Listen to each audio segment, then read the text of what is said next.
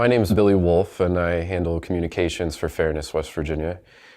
This is our office here in Charleston, and we wanted to show a feature in our office is every time we pass a non-discrimination ordinance in a town or in a city, we get something from that town, usually a photo, and we frame it and put it up here in the office. We have 11 communities in West Virginia that have passed non-discrimination ordinances. And one of the most remarkable is Thurman, West Virginia, population 5.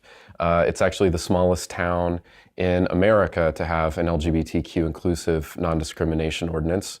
It's my understanding that no LGB and or T people currently live in Thurman, but should one move there, they will be most welcome. Over here, we have Shepherdstown, which was one of the 2016 cities to pass a non-discrimination ordinance. You can see across the room here, we have a framed picture of Wheeling, photographed by the mayor of Wheeling, also from 2016. So here we have a photo from Morgantown, which also passed in 2016. Morgantown was a really overwhelming victory.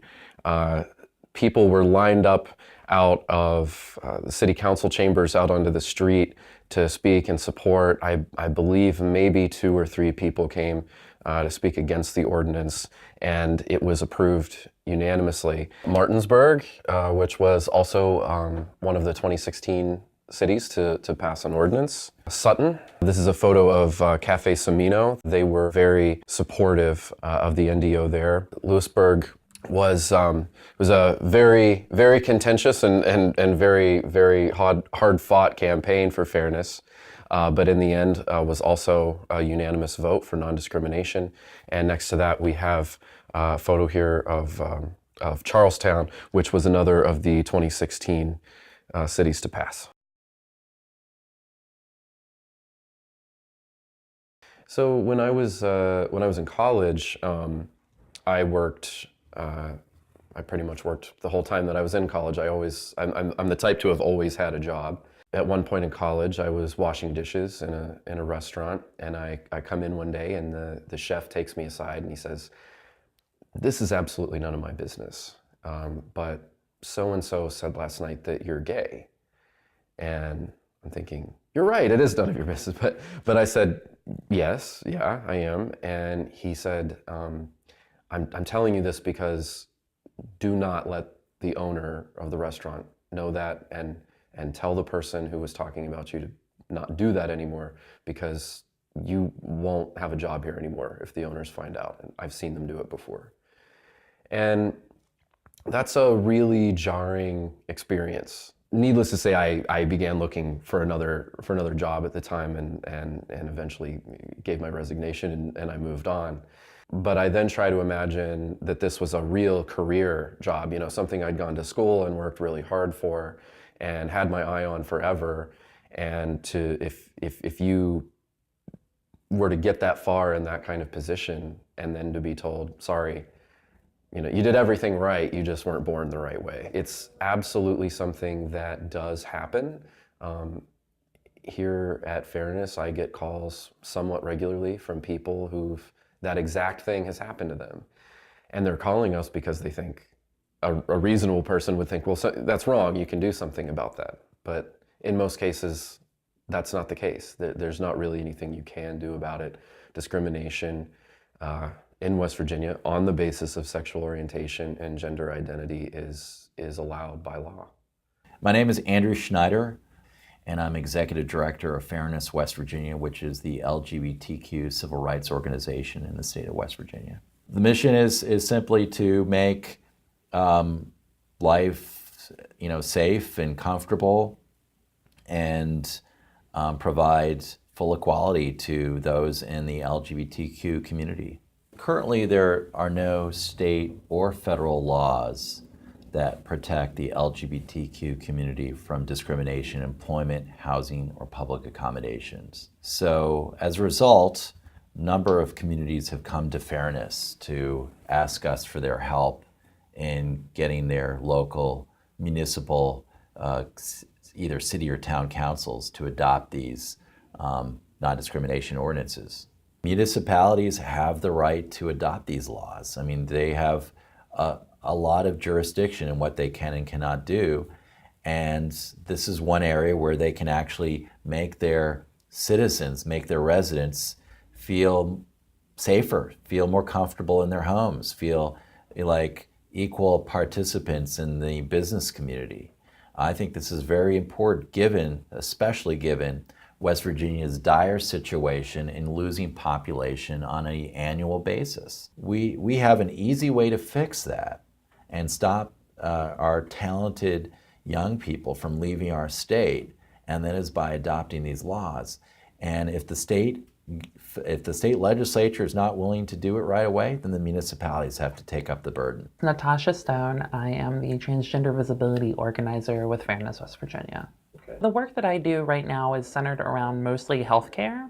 I go around the state and I work with the West Virginia State Medical Association, the West Virginia State Psychological Association, whose parent orgs are the AMA and the APA respectively. And I pair with other orgs as well to increase the level of care towards transgender West Virginians specifically. And that includes things like understanding the specific needs of transgender patients, understanding how to address transgender patients with certain issues that are unique to the transgender population. Simple things like pronoun usage, names on intake forms. It also includes training on what not to do with transgender patients, and also we're trying to expand the resources for transgender West Virginians for both who has a good level of awareness for issues surrounding the LGBTQ community, who knows how to deal with patients, and also which doctors and mental health professionals actually provide transition-related care for things such as hormones, some of the requisite surgeries, and also providing comprehensive and adequate medical health care in the mental health field as well. I've actually lived in West Virginia my entire life. At 35 years old, my oldest friends, those friends going back to high school or college, practically all of them have left West Virginia and are living all over the world now. And when we do talk, pretty frequently, they'll say something like, "How can you still be there?" And it's a question really that kind of hurts. I'm here because West Virginia is my home. I'm here because the people I love are here, and I'm not sure anywhere else would ever truly feel like home. And I'm here because I know this state can do better. I know we can. I've seen us do better. Back in 2016, we had a record number of municipalities that wanted to make their communities inclusive, starting with Lewisburg on February 1st of 2016, and ending with Wheeling, which ended up adopting their ordinance back in December of 2016. A total of 5 municipalities in West Virginia adopted these ordinances. That was double the number that existed previously. But there has been progress on the state level. Back in 2015, the state legislature, the Republican-controlled state legislature, I may add, passed a law that allows transgender West Virginians to update the gender markers on their West Virginia driver's license. It's the first time the state legislature ever did anything to advance LGBT protections. And that was an important step for West Virginia to take, because if you think about it, your driver's license is your sort of your universal identification card, and you're asked to furnish it in almost any life experience. So if you're opening up a bank account, you're asked for your license. If you're applying for a job, your employer asks for your license. If you're boarding an airplane, you have to show your license. And of course, if you're stopped by the police, you have to show your license. And in all those instances, a transgender person would show that, and it would not match up with their appearance. And so there would be constant harassment, if not discrimination, that would result from those encounters. When I first came on with Fairness West Virginia, it was really clear that we needed to build a coalition of faith leaders in West Virginia. We started with a few names, and we said, well, we'll reach out to any faith leader that wants to talk to us who supports non-discrimination. We said, well, how many do we think that we're going to get? And I said, well, I think I can get a dozen people across the state. In no time, I had a dozen faith leaders who'd sat down for an interview and shared their views. And so we decided to up the game a bit. I said, well, let's shoot for 20. And then it was, let's shoot for 30. So we wound up, as of right now, I believe we have 57 faith leaders who've gone on camera to talk about this issue. We've spoken with every rabbi in West Virginia. There are 6, all of whom are in support of non-discrimination protections. We've spoken with a lot of Methodists, Presbyterians and Episcopals, Baptists. We've spoken with a Republican state lawmaker who is also a youth pastor. We even went up to Moundsville and spoke with the Hare Krishnas. We spoke with possibly the only follower of the Lakota faith in the state of West Virginia. And it's been a wonderful experience. We also partner with the Foundation for Rape and Information Services, and they're based out of Fairmont right now. They work with the rape crisis centers and the domestic violence shelters in West Virginia, and we're partnering with them to increase the level of care for LGBTQ survivors of sexual assault and violence, especially when it comes to transgender people who are the victims of sexual assault. There are unique avenues through which abusers and those who commit crimes like sexual assault crimes utilize against transgender individuals, such as, dead naming, utilizing their gender identity as a form of control and power. Also, the fact that LGBTQ people and bisexual women and trans people in general are much more likely to experience sexual violence. I think, according to FRIS, the statistic is about half of transgender people will experience some form of sexual violence in their lifetimes. Last spring, Fairness West Virginia began a survey of all of the circuit judges and family court judges in the state. And we called up each judge and usually spoke to their clerk.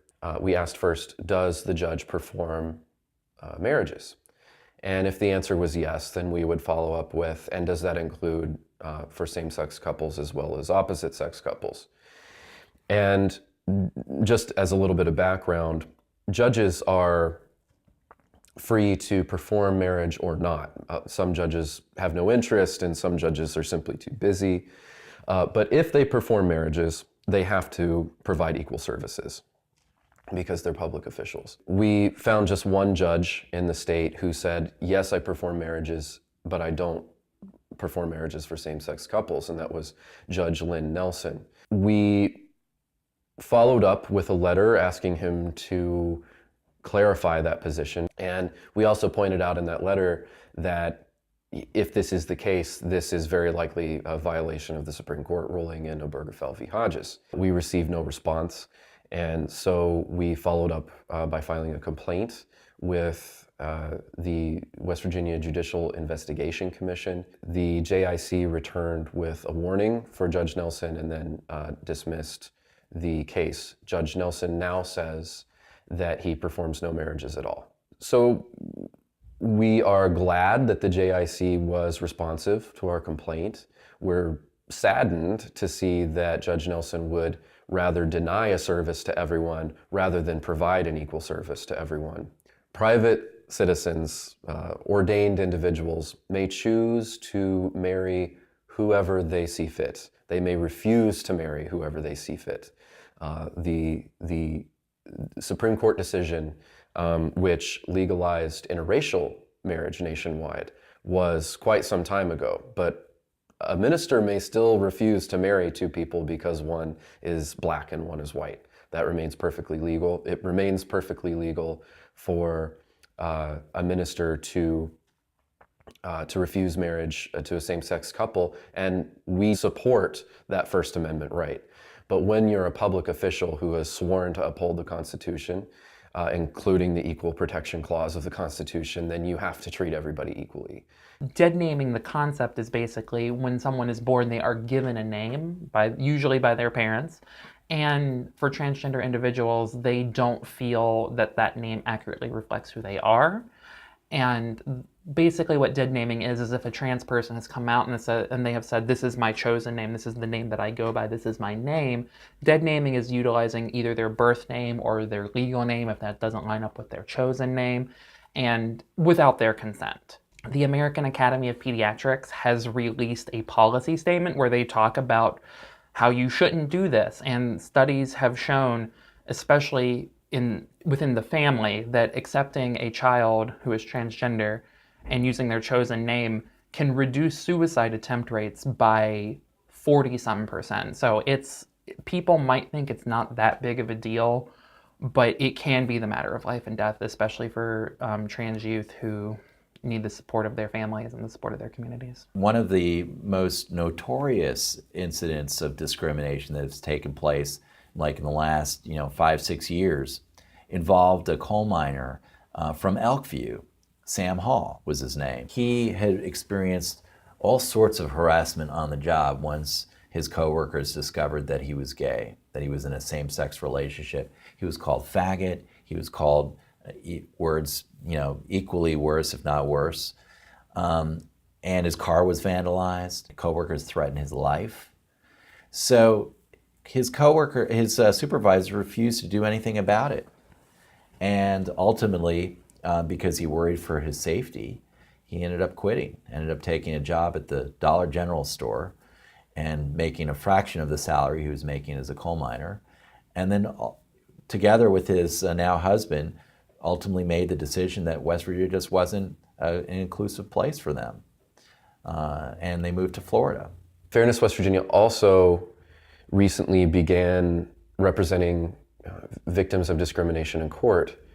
And that case involved a same-sex couple, 2 women who went to the Gilmer County Clerk's office to ask for a marriage license, and they were turned away first. They were told, you don't have the right documentation, which wasn't accurate. They returned with all of the proper documentation, and they were dehumanized. The clerk began screaming at them in front of their family members, told them they were abominations, told them that God will deal with you. And in doing all of this said, I can do this because I gave you the license. This is my freedom of speech. We represented the couple, and we achieved a successful settlement out of court, which included damages to the couple and also included awareness training in the courthouse, which we think was very productive. Training for medical professionals can be something as simple as updating their intake forms to include preferred name and pronouns. It can be as advanced as this is how you provide HRT for trans people. Like there's a very wide breadth. Having visual cues in the office if you are supportive is another thing. Like having the rainbow flag or the trans flag. It can be huge for any marginalized group to have some form of signal that they are welcome there. Transgender people are not mentally ill, or being transgender is not a mental illness, is what I should say. Multiple boards of medicine and mental health have come out in support of trans people transitioning, either medically or socially, and that people around them accept them, including schools, communities, the government, etc., etc. And some of those boards are the AMA, the World Health Organization, the World Psychological Association, the American Academy of Pediatrics, the AACAP, and we're going to get into some alphabet soup, but there's the West Virginia State Medical Association, West Virginia State Psychological Association, there's the APA, there's the other APA, there's the third APA, pretty sure the fourth APA agrees with it, and I have yet to get a call back from the American Poultry Association, but I'm sure if they looked at it, they would support it too. I truly believe that there is a spirit of kindness and neighborliness in West Virginia that's there, but we're also in a lot of ways an isolated state. And you don't you have communities where people might not necessarily know a transgender person. And when you don't know a transgender person, for example, people can fill in the blanks for you. They can tell you these bad things about transgender people, and if you don't know one personally, it's hard to counter that narrative. I truly think that the more that West Virginians get to know members of the LGBT community, the more they realize they're just like everybody else. They're not here to take anything away from us, but they do want to feel safe and secure in their communities.